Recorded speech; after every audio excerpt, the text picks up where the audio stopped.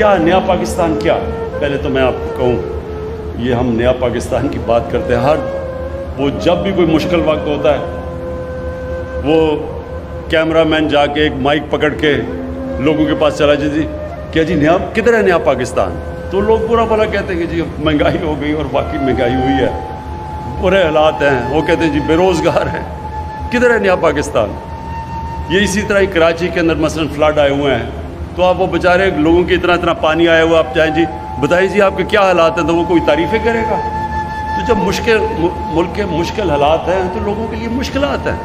ایک ملک کو آپ مقروض کر کے چلے جائیں، اس کو قرضے دینے ہوں، اس کے پاس مشکل سے پیسہ ہو اپنا ملک چلانے کے لیے، قرضے لے ملک چلانے کے لیے، تو جب وہ بیلٹ ٹائٹنگ کرتا ہے، خرچے کم کرتا ہے، تو اس میں تو لوگوں کو مشکل وقت گزرنا پڑے گا۔ یہ تو دنیا کی تاریخ ہے۔ تو اس کا یہ نہیں مطلب کہ اپنی خواب چھوٹی رکھو۔ دیکھیں دنیا میں جس نے بھی کوئی بڑا کام کیا ہے، اس نے اپنی صلاحیتوں کی وجہ سے نہیں کیا، وہ اس لیے نہیں کہ وہ بڑا پڑھا لکھا انسان تھا، وہ اس لیے نہیں کہ وہ بڑے امیر گھر میں پیدا ہوا تھا، وہ اس لیے کہ اس نے بڑا خواب دیکھا تھا۔ جب ایڈمنڈ ہلری ماؤنٹ ایوریسٹ کے اوپر چڑھ گیا، پہلا آدمی تھا، تو جتنوں نے بھی پہلے کوشش کی تھی وہ فیل ہو گئے تھے، یا وہ مر گئے تھے اور یا وہ ناکام ہو گئے تھے۔ تو اس کی خواب تھی جو اس نے کہا نہیں میں کامیاب ہوں گا، تو ساری زندگی اب تو بہت لوگ چڑھ چکے ہیں اس پہاڑ کے اوپر، لیکن ایڈمنڈ ہلری کو سارے یاد رکھیں گے کہ وہ پہلا آدمی تھا جس نے اتنا بڑا کام کیا۔ تو یہ جو خواب ہوتی ہے وہ ایک انسان کو لے کے جاتی ہے۔ ایک انگریزی کی سینگ ہے کہ جج not what a person is, do not جج a person by what he از، جج ہم by what he aspires to be. اس کی خواب کیا ہے؟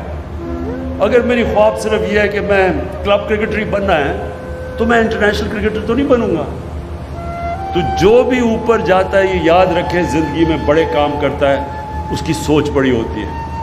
کسی نے سوچا ہی تھا نا کہ انسان کو چاند پہ جانا ہوگا، سب لوگ دنیا ہنستے تھے۔ میری زندگی میں نے بڑوں کو سوچا کہ کیا مذاق ہے چاند پہ جانا ہے۔ کوئی کہتا تھا دنیا ہی ختم ہو جائے گی۔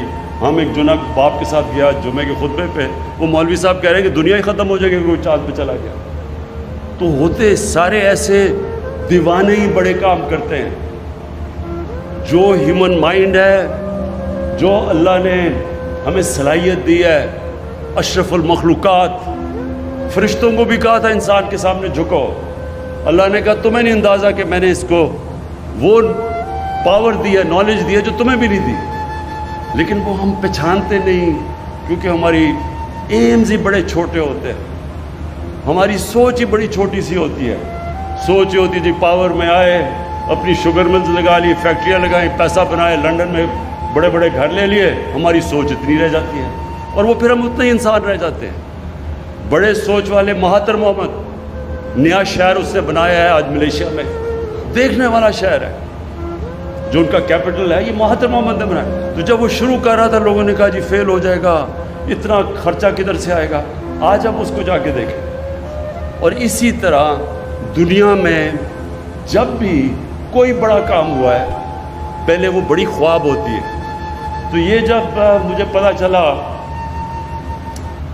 راوی پروجیکٹ کا، تو انہوں نے کہا جی بڑی پہلے سے سوچ تھی، مجھے پتہ تھا یہ کیوں نہیں کامیاب ہوا، کیونکہ جو لوگ یہ سوچ رہے تھے ان کی نمبر 1 پرائیورٹی اپنا ملک نہیں تھا، ان کی نمبر 1 پرائیورٹی تھی کہ وہ کتنی دولت بناتے ہیں پاور میں آ کے۔ وہ کبھی بھی نہیں بنا سکتے بڑی چیزیں، وہ کبھی بڑا کام نہیں کر سکتے۔ بڑا کام جب بھی آپ بڑی خواب کے پیچھے جاتے ہیں، سب سے پہلے میں بار بار آپ کو ایک فریز بتاتا ہوں، کشتیاں جلا کے جاتے ہیں۔ مطلب کہ جب آپ اس کے پیچھے جاتے ہیں تو پھر کوئی واپسی کا راستہ نہیں ہوتا، پھر ہی انسان کا پوٹینشیل نکلتا ہے۔ جب انسان فیصلہ کر لیتا ہے کہ میں نے اب یہ کرنا ہے اور کوئی پیچھے کا راستہ نہیں، پھر انسان کے اندر سے جو اللہ نے صلاحیتیں دی ہیں، جو طاقت دی ہے، وہ تب طاقت نکلتی ہے۔ جب آپ پیچھے آدھا رہو، اچھا جی اگر یہ نہیں ہوگا تو میں کچھ اور کر لوں گا، کبھی کچھ نہیں، بڑا کام نہیں ہو سکتا ایسے۔ یہ بڑا مشکل کام ہے. یہ جو ایک پورا نیا شہر بنانا ہے آسان کام نہیں ہے.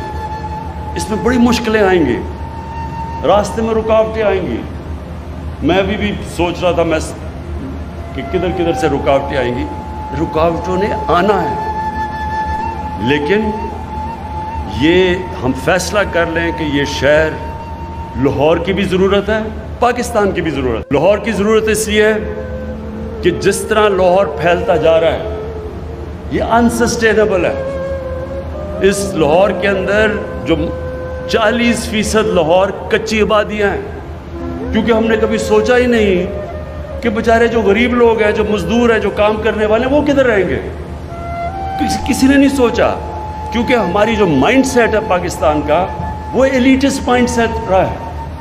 ہم جو ملک اپنا پوٹینشیل پورا نہیں کر سکا, اس کی وجہ یہ کیا ہے کہ سارے فیصلے کرتے ہیں چھوٹے سے طبقے کے لیے. جب یہ ہوا کرونا کا, تو میں نے پہلے دن جب مجھے کہا نا جی لاک ڈاؤن لگا دو, وہ دیکھیں جی اٹلی میں بھی لگ گیا, ادھر بھی لگ گیا, اسپین میں بھی, اور دیکھیں اب انگلینڈ بھی لگا رہا ہے, تو آپ بھی لاک ڈاؤن کر دیں. تو میں بار بار ایک سوال پوچھتا تھا کہ لاک ڈاؤن تو ہم لگا دیں, لیکن وہ دیہڑی دار, وہ غریب لوگ, وہ کچی بستیاں, ان کا کیا بنے گا؟